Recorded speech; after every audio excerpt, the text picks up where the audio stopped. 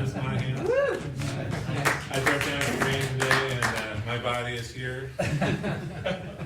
Brain is still kind of on Route 9, I think. Okay. Is that the part where the cell phone stops working? Yeah. That part of it, There. yeah. So there's a bunch of guitar nerds I know for a fact in the room. So let's actually just also touch base. Tell us your tuning. I play in DAD-GAD, and I find that a lot of times tunings that I think that worked well for rich chords and interesting harmonies don't actually line up with tunings that are good for playing melodies on. So definitely playing tunes in DAD-GAD is a little bit dumb.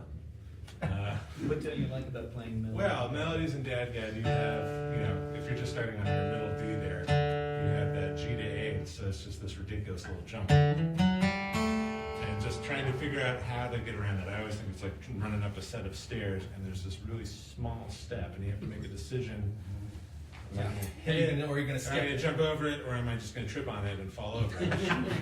Arguably I did. But so the ways getting around that, and then of course all the fiddle tunes too. We got a tune down D. You have to shift way up the neck. I just started playing that tune. Not really. I don't think that's what I meant to play, but I also didn't. I just started playing the tune, and that's definitely one that goes up on that B part. But it's not too bad, and it's nice to have those open Ds to slide into. But So and just talk for a moment. So your pick is you're using the orange pick. I'm using the orange. Yep, which is I've been, for years, I've used the gray. The old Jim Dunlop 90 millimeter, or 60 millimeter, which I like. most of us go to gray over time. I started orange. But if I'm doing just straight up like rhythm for a long time, if I'm sitting there really trying to pump out a lot of volume and keep the tempo speed just Right. flying along, I'll use this pick. It's a little lighter, and I can get more volume with it with less effort. For some reason, I feel the heavier pick actually ends up being more of a wear and tear in the arm. I feel it. But playing melodies, the orange 60 millimeter, also 60 millimeters, but that's a little stiffer, easier to play with. But you see, they're both pretty, wow, yeah.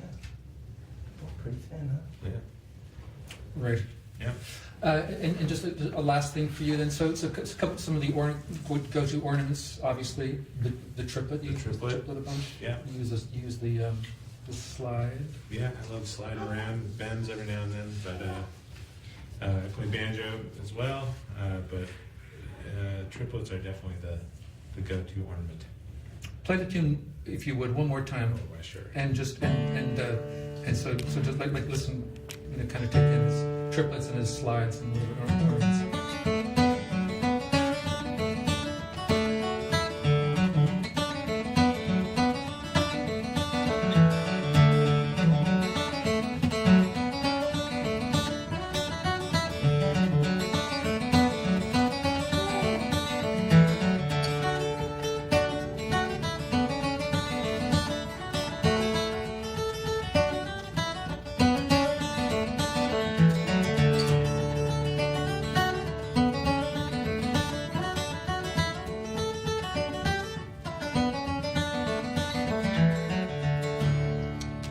Some more stuff in there.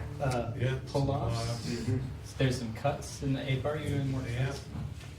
Yeah. And then the kind of Paul Brady approach maybe to playing the melody where you're hitting adjacent drone strings. Just going back Spice and it up. back and one, yeah. Spice it up. Yeah. Vegetarian banjo approach. Yeah. Yeah. But yeah.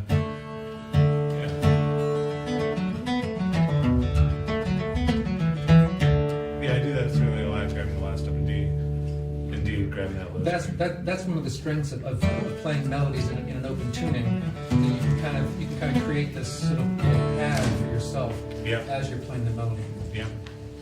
So David, so on to you then. So you were talking about how Owen's picks seem thin compared to what you use. Yeah, I'm used to using a thicker pick. I use the Claytons, I guess. I think they're somewhere between like a 1 and a 1.25. Whereas the orange is like a 0.6. Yep. Yeah, so it's a big difference. I think into using these kind of things through mandolin. It's that bigger shape, like the big triangle. So all the points are kind of the same.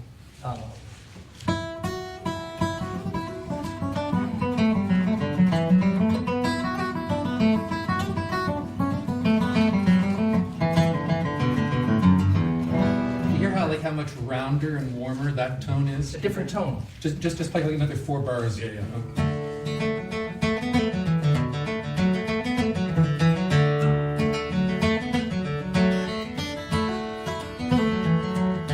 Yep.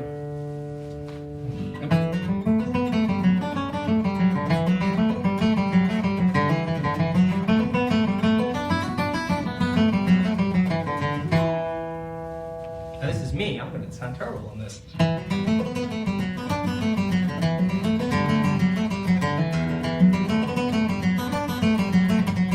Yeah, that was embarrassing, maybe Dave. not. That was Not terrible. It awful. wasn't terrible. Awful. Security shut us It down. feels funny. It just feels funny. Yeah. I'm not used to it. But I think we have a somewhat similar approach in terms of putting in triplets and that sort of thing, and picky. I play all of my flat picking stuff in standard tuning, which I got into through playing contra dances with Carrie Elkin, because we would be switching constantly between G and G minor and C and D, and I was like, I can't play that in Dadgad. I mean, some people can, but I couldn't at that point. So I tried to get into the idea of playing with some of the elements that you are so prevalent in Dadgad or other open tunings, using drone strings, finding voicings that don't have thirds or that have suspended seconds or fourths in them, and using some of the open strings of the standard tune guitar. Like, so E is great and A is great, and G's not too bad either. I occasionally will jump into a drop D, but for the most part, it's standard tuning. So, you're talking about a uniform approach where you can switch back and forth between accompaniment and melody? Is that the basic Yes, idea? yeah, also, yeah, because then I had the high E string instead of the high D, so it was easier to get the B note or some of the other notes. Yeah. Like when you were jumping way up, I don't have to jump up quite as high to get some of those notes. What do you got, David? I don't know, let's see, I was thinking of doing this one. I bet some of you guys will know this one. How about we just do one accompanying guitar at a time, just to kind of keep things Be able to hear it, yeah. Yeah. All Sure. yours, man.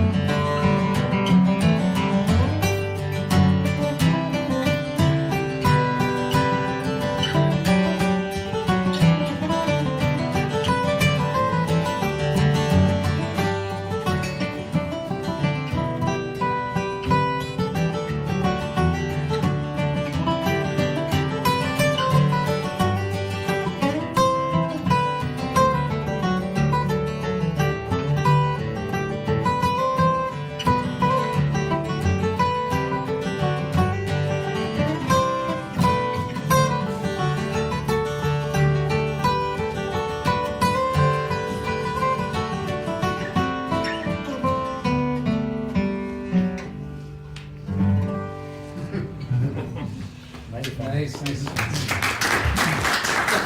French Canadian tune, what is that, the March du Quêteur? Beggar Parmelo's March. When you are teaching, like, do you often find yourself teaching guitar ornaments? Is that part of like your Yeah, workshops? yeah, partly. And that's one of the things I'll teach later today is guitar and mandolin, just like plectrum ornaments. Yep. Things for technique. Mm-hmm. Well, just as a little foreshadowing, so like when you're teaching, working on triplets with people, like, how do you approach that? I'm a big fan of the pick direction thing, so I'm converting 2 8th notes into 3 with a down up down. And I'll work on doing either like the same note or 2 and 1 or 3.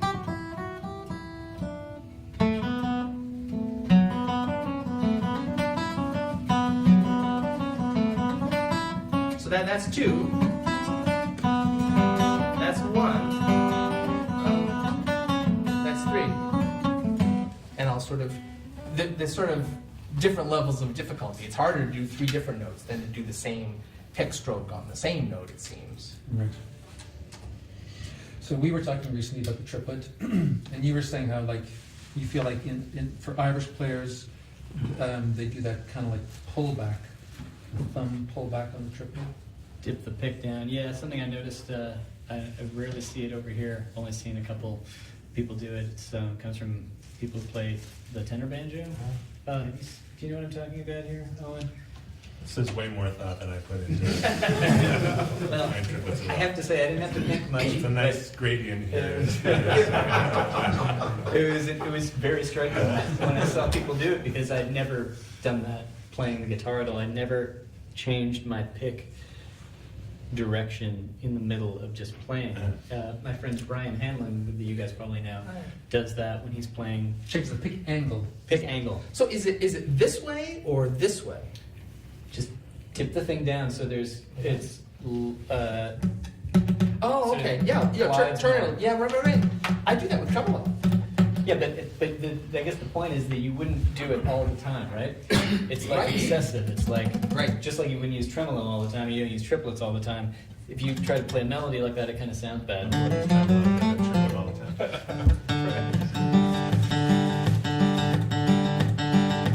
So that's Nice.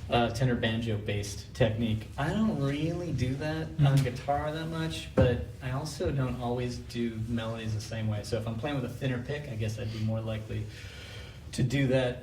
But some of the stuff that David and I are doing here and some stuff that I've done before has been similar. It's interesting actually because I kind of combine both of what you guys do in different settings. But when I used to be in a duo with Matt Heaton, he and I we used to sort of compromise pick because we both played rhythm with the 60, the gray 60 pick, but we found that it was too thin for playing melodies and we were switching back and forth all the time between lead and rhythm, and so we both found that because we both preferred to play melodies with heavier picks, we found that the 73, which is the darker gray Dunlop nylon pick, which is slightly heavier, was a decent compromise for playing on 2 guitars where we could switch back and forth. Mm-hmm. But my first CD that I made like 100 years ago was all the melody playing I did. It was mostly Irish music, and all the melody stuff was played with a 1.5 millimeter pick, which is very heavy, and all the rhythm stuff I did was with the 60 pick, very light, totally different. I used the same guitar, but like totally different pick, and I actually recorded all of the rhythm parts with strings that were a couple weeks old. So there's all this strategizing about how to get the thing I was looking for, but unfortunately I can't get that one thing with one pick or one tuning. I guess I use drop D for most of the stuff, but yeah, it's all about compromise. And luckily when you have an accompanist with you, you can do, if you're not switching back and forth, then you can do more of your ideal, which is what we're going to be doing tonight at the concert. I get to play a set of tunes on the guitar, and I don't have to worry about playing chords on that, and I can play my ideal pick, which is a 1.5 millimeter blue chip. You guys writing these numbers down? I have to worry. I'll be a wreck. What do you got for me? Let's play something. Yeah. How about, I was thinking about playing a guitar bolt instead, maybe like truncate, not do lots of repetitions. Sure. If you guys want to jump in on some melodies or whatever. Sure. Cool. So you're gonna play the Char Bolton Yeah, so- and the Longford Collector? Longford Collector, Char Bolton, Reel, the Longford Collector, and the Sailor's Bonnet are 3 tunes that were recorded almost 100 years ago now, 90 years ago, by this guy Michael Coleman, who helped revive the popularity of Irish traditional music. He was from Sligo, but he recorded in New York City in the early days of commercial recording. And these tunes, he recorded them together, and they're one of the most popular sort of sets of tunes that fiddle players play.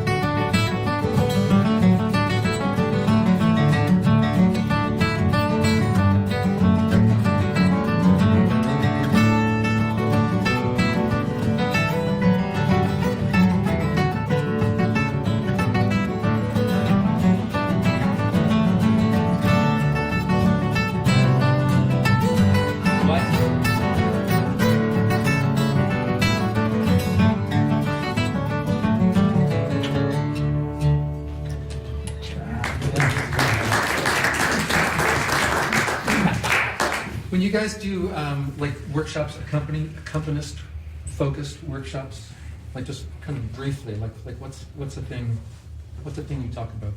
You work on Flynn.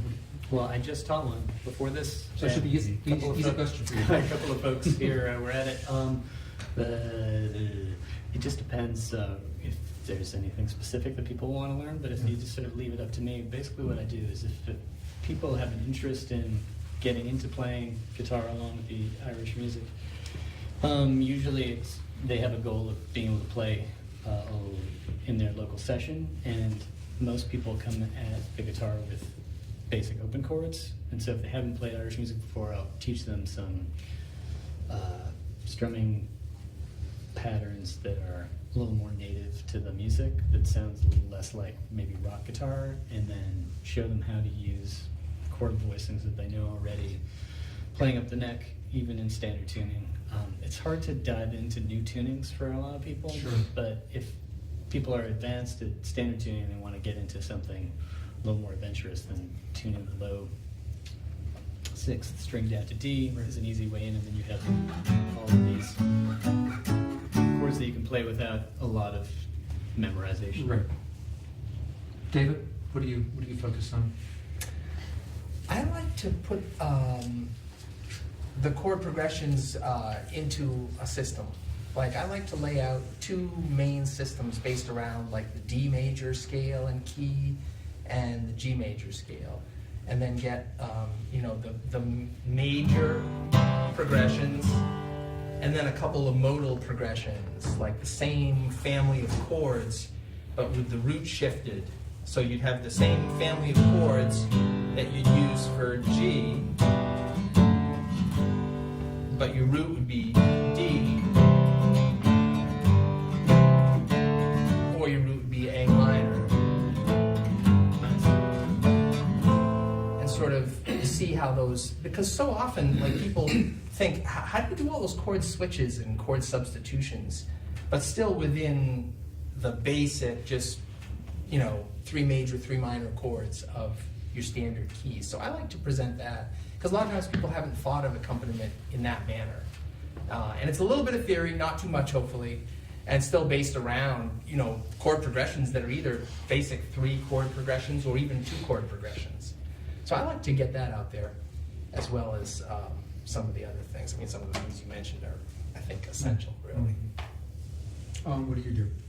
Well, teaching like a workshop or a class, some of you have been in workshops or week-long workshops with me. The thing I've been talking about recently, not so much like systems or chord-related things, but I like to talk about really just educating yourself on the timeline of traditional music, and building that knowledge to know not just stylistically, but also just at what point in time is traditional music that the person you're playing with, where are they drawing from?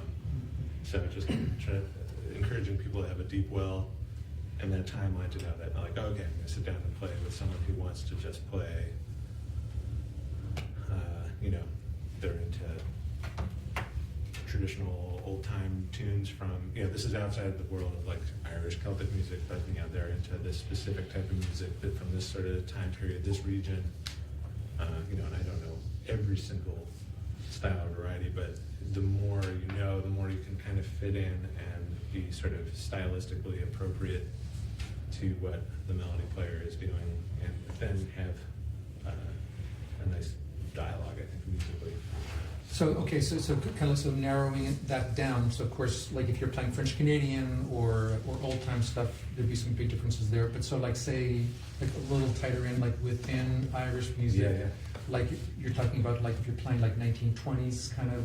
Well, yeah, or even just the very fact that Irish music was not accompanied harmonically really until about the 70s, so like 60s, 70s. So like really trying to drive that home, like I don't feel that we need to justify our existence to anyone. It's the music, and traditional music is evolving.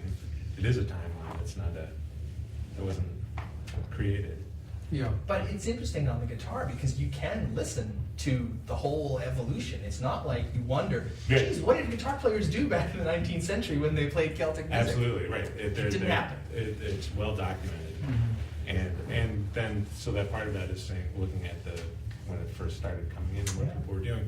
And then also the timeline that you're going to come across people who are really into unaccompanied,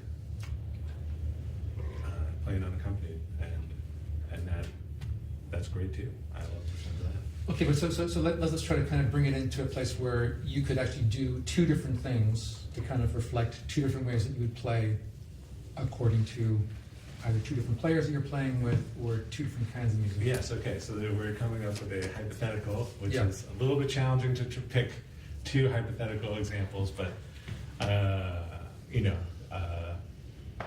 okay, I'm trying to create a faceless subject, faceless subject in my mind, but, you know, people Well, who are... they can be. You can have faces in your mind, and you can protect the identity. Yes, yes. Like, Sure. Got a little voice scrambler, maybe. yeah, you know. that's right. Yeah, so, you know, sessions would be a common place to, you know, as Flynn was saying, people, that's where, you know, you can try out a lot of these ideas and play, and that's where I go and play for myself, really, at sessions, you know, play for my own enjoyment, but I also want to facilitate the enjoyment of other people around me. So there are some folks that I play with regularly who might be down for some more adventurous harmonic substitutions, or maybe some slightly more rhythmic drive versus a slightly more spare, laid-back approach. Or Okay, so David, will you play like some session tune, Yes. something straightforward, and so you start off by playing do your polite version. Okay, first. I'll project. So play Exhibit A onto politely. David. Play politely for one or two times through, and then let's stop. Like just play a tune through twice in that fashion. Is that okay? Yeah, let's say yeah, it'll be hard. It's an interesting thought experiment just because this is based on just whoever you're around and just trying to be aware of what you want. But okay, go ahead.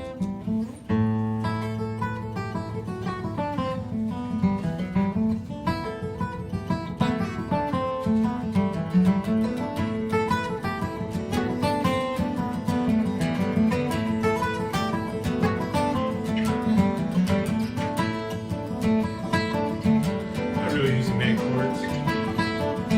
More implying them than anything.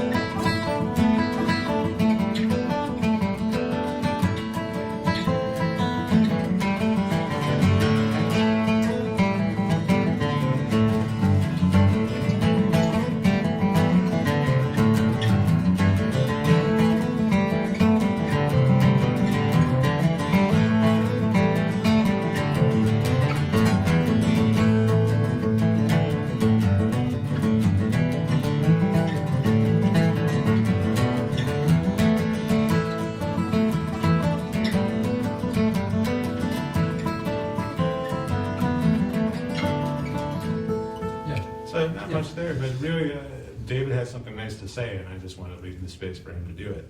Right. And I feel totally supported by something like that because the rhythm is so I don't have to think about it. Yeah, so I'm thinking harmonic information is not that important. Rhythm is more important, Right. which is always going to be the case. Right. And now, Yeah, but I mean, as part of that, you were talking about like in certain sessions, and I totally agree with that. Like, there's certain sessions where I don't want the guitar player to be like saying, "Hey, look at me and how smart I am, how many chords I can play." You want someone who's going to be part of the group, lay down like a good rhythm. yeah, But in another setting where you feel like you can sort of step out and be a little more creative. well, and I think those situations would be that maybe we've played the tune, you know, maybe not as a rule, but maybe we've played the tune 4 times through, and it's coming around again, and then like, okay, there's a little bit of space for me to just sort of Like perhaps at a contra dance. perhaps, or even at sessions like, you know, that you know, if somebody's stuck on a tune, can't think of another one, or there are times that you can sort of like draw some more out of the tune, Mm-hmm. and sort of not necessarily justify it being played again. You know, if it's a good tune, you don't need to justify anything. Just let it do it forever. But try to encourage, give something,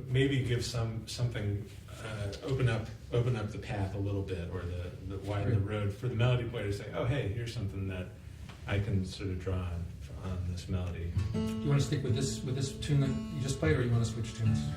Yeah, good. Which one? What do we want to do?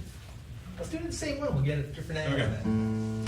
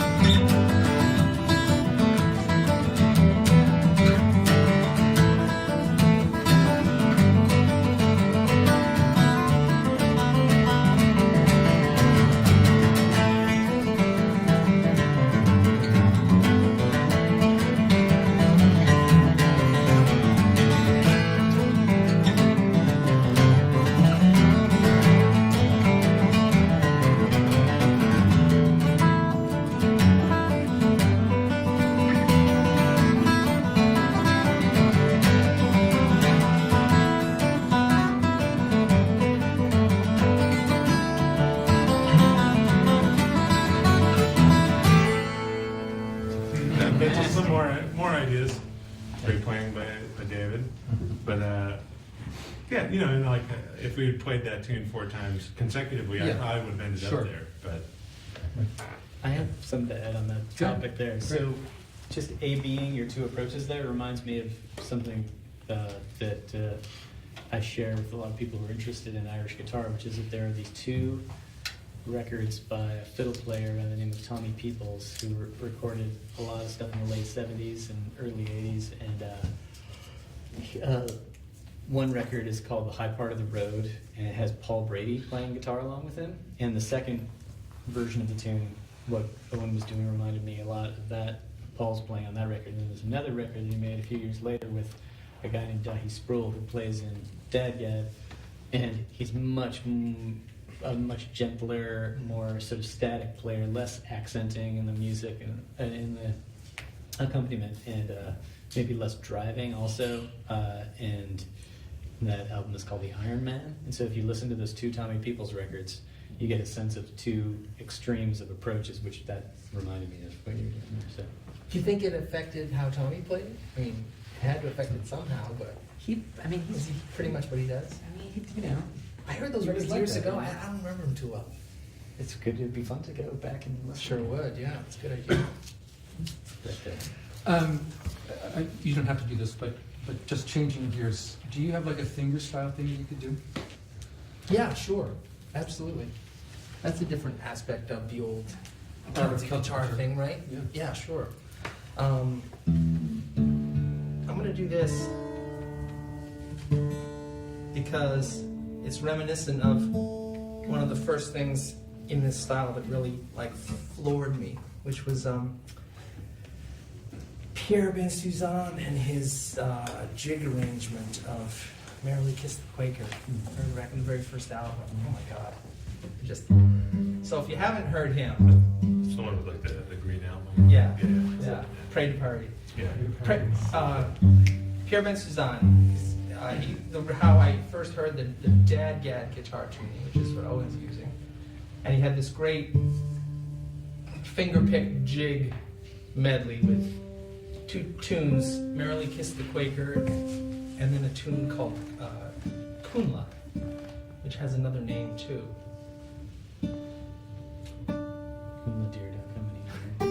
Kunla's got the words to it. Dee-da-da-dee-da-da-dee, but I'm not going to do that anyway. But it was capered at the 5th fret, and it just blew my mind. And the jigs have the 6/8 thing, so you can get your thumb doing that, and then play the melody on top. So this is a little Shetland jig, and I think that suits this kind of treatment nicely.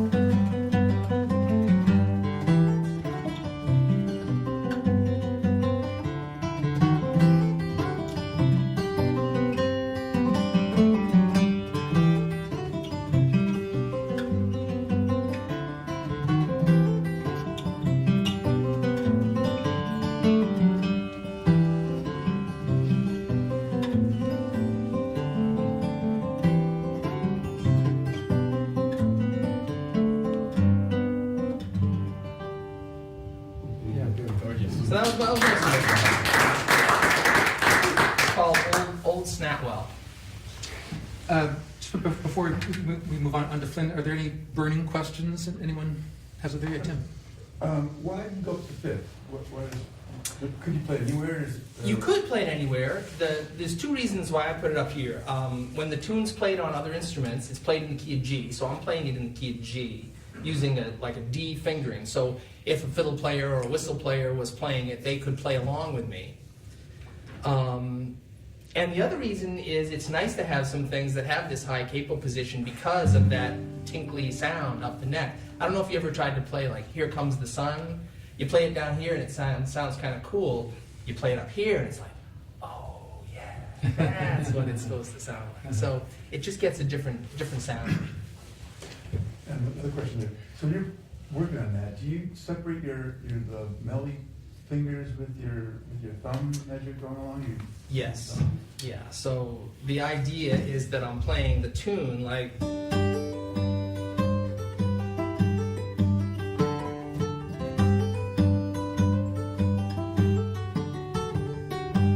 The melody with the fingers and then doing the thumb down here, and hopefully I can do some movement within the chords with the thumb. You put them together. That's the idea.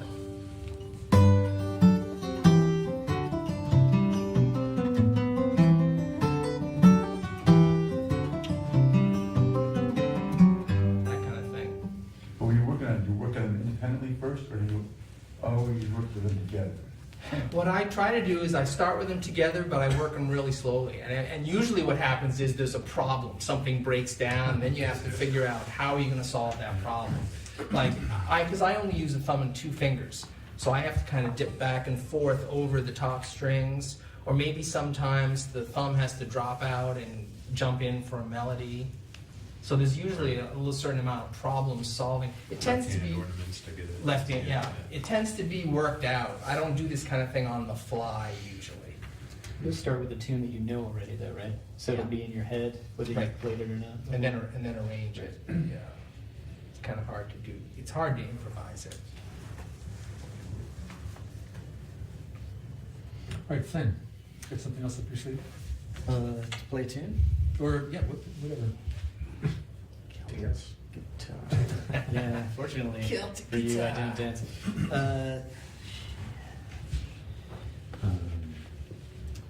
I'm sure there's something really good that I'm not thinking of right now. Here, I tell you what, I'll do something. Yes, there Hey, we go. all right. Ladies and gentlemen, secret weapon. He knew he brought a guitar. This is just kind of building on David's thing, because it's also a finger pick thing, and it's a song.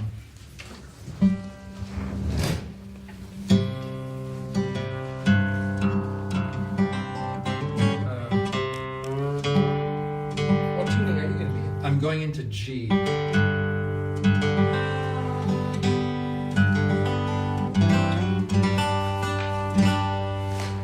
So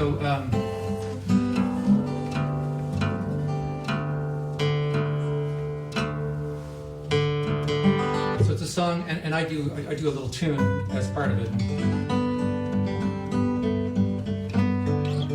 So it's the same thing that David was talking about.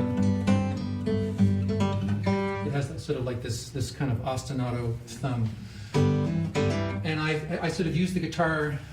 It's a French Canadian song that kind of like has like a little call and response thing. And so when I do it solo, I sort of use the guitar to kind of play little bits of melody to kind of echo where the other voice would have been.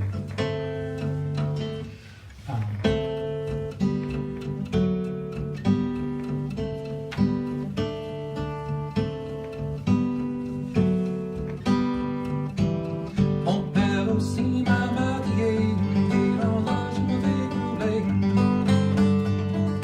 Un essai de pardonner, je me roule, et dans l'âge me déroulé, en fille, en ma canouille.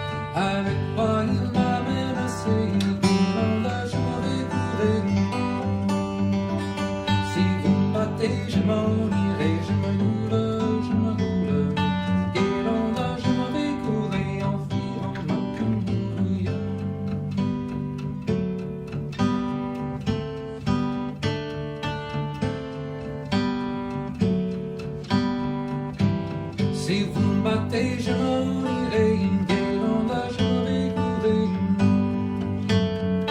Je m'en irai au bois jouer, je me roule, Guéranda, je m'en écoulé en filant ma cambouille.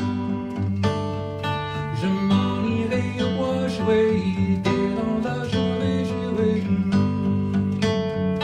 Le jeu de cartes aussi le dé, je me roule, Guéranda, je m'en vais couler en filant ma cambouille.